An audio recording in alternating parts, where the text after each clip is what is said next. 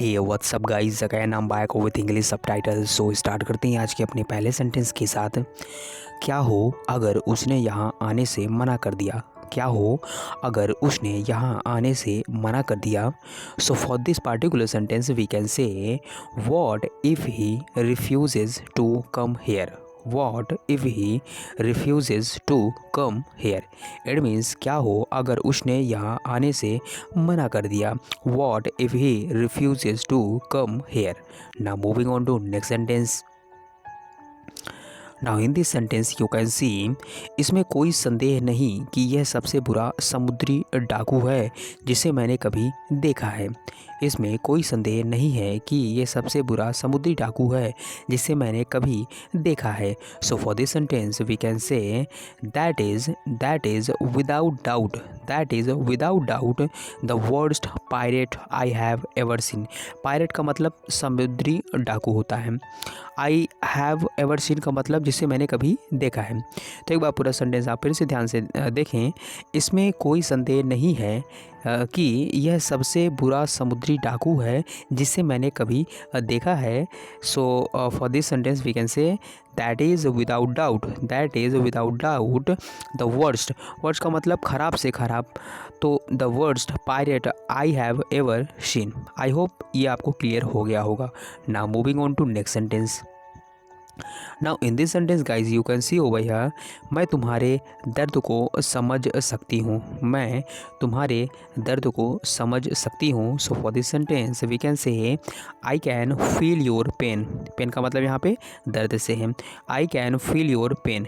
यहाँ पे can modal verb के रूप में आया हुआ है जो कैपेबिलिटी को शो कर रहा है कि वो ऐसा कर सकती हैं। तो मैं तुम्हारे दर्द को समझ सकती हूँ, it means I can feel your pain, यानी कि मैं तुम्हारे दर्द को समझ सकती हूँ। I hope it is clear. Now moving on to next sentence. Now guys in this sentence you can see over here, तुम दोनों तो व्यस्त लग रहे हो। तुम दोनों तो व्यस्त लग रहे हो। So for this sentence we can simply say you two look busy. You two look busy. It means तुम दोनों तो व्यस्त लग रहे हो। You two look busy. Now moving on to next sentence. Now in this sentence तुम्हें क्या लगता है, तुम्हें क्या लगता है तुम मुझे हरा पाओगे। तुम्हें क्या लगता है तुम मुझे हरा पाओगे। So for this sentence we can say what do you think. What do think का मतलब तुम्हें क्या लगता है। So what do you think you will be able to beat me. Beat का मतलब यहाँ पे हराने से है। तो what do you think you will be able to beat me. What do you think you will be able to beat me. You will be able to beat me. Able to beat me का मतलब होता है मुझे हरा पाओगे। तो एक बार पूरे सेंटेंस आप ध्यान से देखें। तुम्हें क्या लगता है, व्हाट डू यू थिंक तुम मुझे हरा पाओगे। You will be able to beat me. I hope it is clear. और ये काफ़ी जेन्युइन सा सेंटेंस है और आप मुझे लगता है कि फ्रेंड सर्कल में इस तरह के सेंटेंस तो आप कई बार इस्तेमाल करते ही होंगे। चलिए अब बात करते हैं अपने नए सेंटेंस की। इन दिस सेंटेंस यू कैन सी, हमें अपनी प्रिय चीज़ों को क्यों स्थगित करना चाहिए। हमें अपनी प्रिय चीज़ों को क्यों स्थगित करना चाहिए। स्थगित मतलब पोस्टपोन। तो देखते हैं इसको। Why should we postpone things we love.